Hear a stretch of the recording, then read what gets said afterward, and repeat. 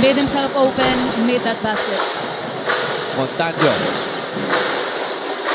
Barba to Aviles. Aviles to a cutting Villegas. Finally, LPU gets on the board. Orgo. A steal here.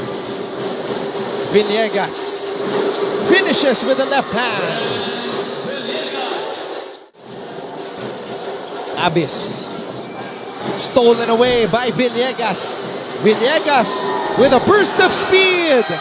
That's his second fast break conversion. Grabe. Dinaan sa bilis. You can see na Perpetual is taking advantage of perimeter shots. Doon sila na-open. Oh wow, what a move by Villegas.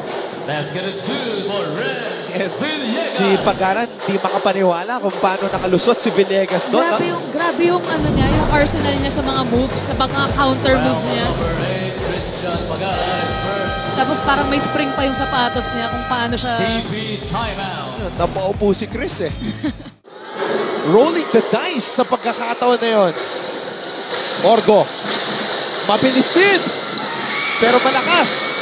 Malakas masyado off the glass. Villegas, how? My goodness!